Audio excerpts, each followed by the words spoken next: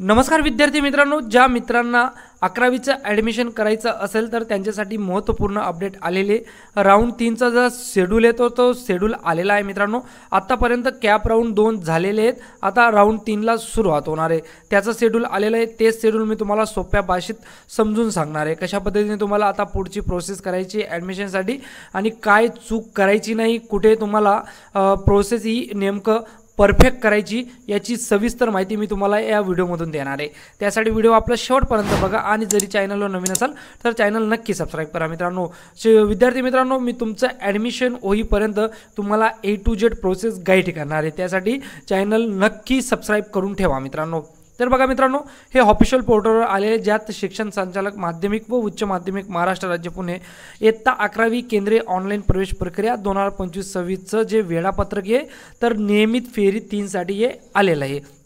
तर या cap round जो 3 असणार आहे तो कशा पद्धतीने असणार आहे तर नवीन कनिष्ठ महाविद्यालय नोंदणी व नवीन विद्यार्थी नोंदणी भाग 1 भरणे यात तुम्ही 19 जुलै ते 21 जुलैपर्यंत हा कालावधी असणार आहे। त्यानंतर बघा विद्यार्थी मित्रांनो, अनुक्रमांक 2 मध्ये तुम्हाला काय म्हटलंय की प्रवेशासाठी नवीन विद्यार्थी नोंदणी व भाग 1 मध्ये दुरुस्ती करणे तसेच अर्ज भाग 2 भरणे।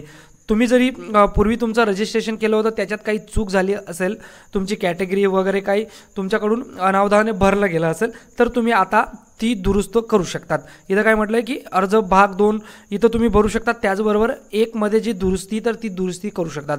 तुमची काही डिटेल्स चुकून भरली गेली असेल तर ती डिटेल्स तुम्ही आता करेक्शन करू शकता मित्रांनो। त्यानंतर विद्यार्थी त्यांच्या प्राधान्यक्रम यादीत किमान 1 ते कमाल 10 उच्च माध्यमिक विद्यालयांचा समावेश करू शकतात। तुम्ही 10 जे विद्यालय असतील किंवा कॉलेज असतील तर त्यांच्यासाठी तुम्ही अर्ज हा करू शकता मित्रांनो। त्यानंतर नियमित फेरी 2 मध्ये प्रवेश न मिळालेला विद्यार्थ्यांना पुढील फेरीत प्रवाह व पसंती क्रमांक अद्ययावत करण्याची सुविधा उपलब्ध आहे। म्हणजे तुम्ही जे कॉलेज निवडता त्याला प्राधान्यक्रम देण्यासाठी तुम्हाला ती मुभा असणार आहे। तुम्हाला कोणतं कॉलेज 1 नंबरला ठेवायचं, कोणतं कॉलेज 2 नंबरला ठेवायचं असं तुम्हाला राहणार आहे मित्रांनो।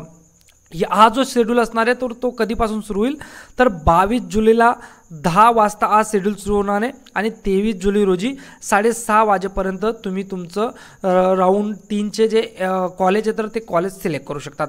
कॅप राऊंड 3 हा 22 जुलैपासून सुरू होणार आहे 10 वाजेपासून तर 23 जुलैला तो 6:30 वाजेपर्यंत संपणार आहे मित्रांनो। म्हणून या वेळेदरम्यान तुम्ही तुमचं कॉलेज सिलेक्ट करून घ्या। आणि मित्रांनो, कॉलेज सिलेक्ट करताना ॲप्लिकेशन फॉर्म लॉक करा। बऱ्याच विद्यार्थ्यांनी राऊंड 2 मध्ये ॲप्लिकेशन फॉर्म लॉक केले नाही, त्यामुळे ते राऊंड 2 मधून बाद झालेले आहेत मित्रांनो। त्यामुळे जेव्हा तुम्ही ॲप्लिकेशन फॉर्म भराल किंवा कॉलेज सिलेक्ट कराल तर तेव्हा तुम्ही तो ॲप्लिकेशन फॉर्म लॉक करा।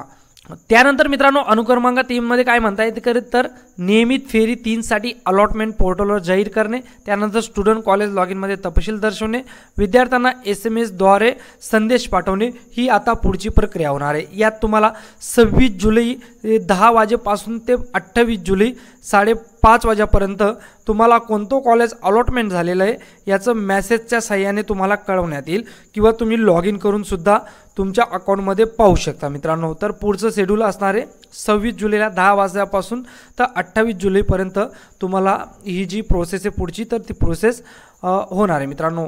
आता बरेच विद्यार्थी हे मॅनेजमेंट कोटामधून ॲडमिशन घेत आहेत, तर त्यांनी काय करायचं आहे, तुम्ही जेव्हा तुमचा लॉग इन अकाउंटमधून मॅनेजमेंट कोटासाठी अर्ज करता तर त्यानंतर तुम्हाला डायरेक्टली त्या कॉलेजशी संपर्क करायचा आहे किंवा कॉलेजने जरी तुम्हाला संपर्क केला तर तुम्हाला डॉक्युमेंट घेऊन डायरेक्ट ॲडमिशन करायला जायचं आहे मित्रांनो। त्यामुळे तुम्ही कॉलेजच्या फोनची किंवा त्यांच्या मेसेजची वाट पाहू नका, तुम्ही डायरेक्ट जा त्यांच्याशी कॉन्टॅक्ट करा, कारण तुम्ही मॅनेजमेंट कोटामधून करताय। मॅनेजमेंट कोटामधून जरी त्यांच्याकडे रिक्त जागा असतील तर ते लगेच तुम्हाला भरून घेतील। तर अशा पद्धतीने 11वीचा ॲडमिशनचा जो राऊंड 3 आहे तर तो राऊंड 3 राबवला जाणार आहे। जो कॅप राऊंड 3 आहे तर तो अशा पद्धतीने राबवला जाईल मित्रांनो। विद्यार्थी मित्रांनो, तुम्हाला काहीही अडचण आली तर आपल्या व्हिडिओच्या कमेंट बॉक्समध्ये नक्कीच कमेंट करा आणि किंवा तुम्ही मला इंस्टाग्रामवरही कॉन्टॅक्ट करू शकतात। मी तुम्हाला प्रत्येक वेळी हेल्प करेल मित्रांनो। प्रत्येकाचा मी रिप्लाय नक्कीच देईल, कारण विद्यार्थ्यांचं मौल्यवान वर्ष असतं हे मला माहिती आहे मित्रांनो। त्यामुळे मी तुम्हाला तुमच्या प्रत्येक गोष्टीमध्ये मदत करेल, त्यासाठी तुम्ही मला फॉलो करून घ्या। मी प्रत्येक अपडेट ही आपल्या चॅनलवर आणत असतो मित्रांनो। व्हिडिओ आवडला असेल व्हिडिओला लाईक करा, हा व्हिडिओ जास्तीत जास्त मित्रांपर्यंत विद्यार्थी मित्रांपर्यंत फॉरवर्ड करा। अशाच महत्त्वपूर्ण अपडेटसाठी आपलं चॅनल सबस्क्राईब करून ठेवा। भेटूया पुढच्या व्हिडिओवर। जय हिंद, जय महाराष्ट्र मित्रांनो।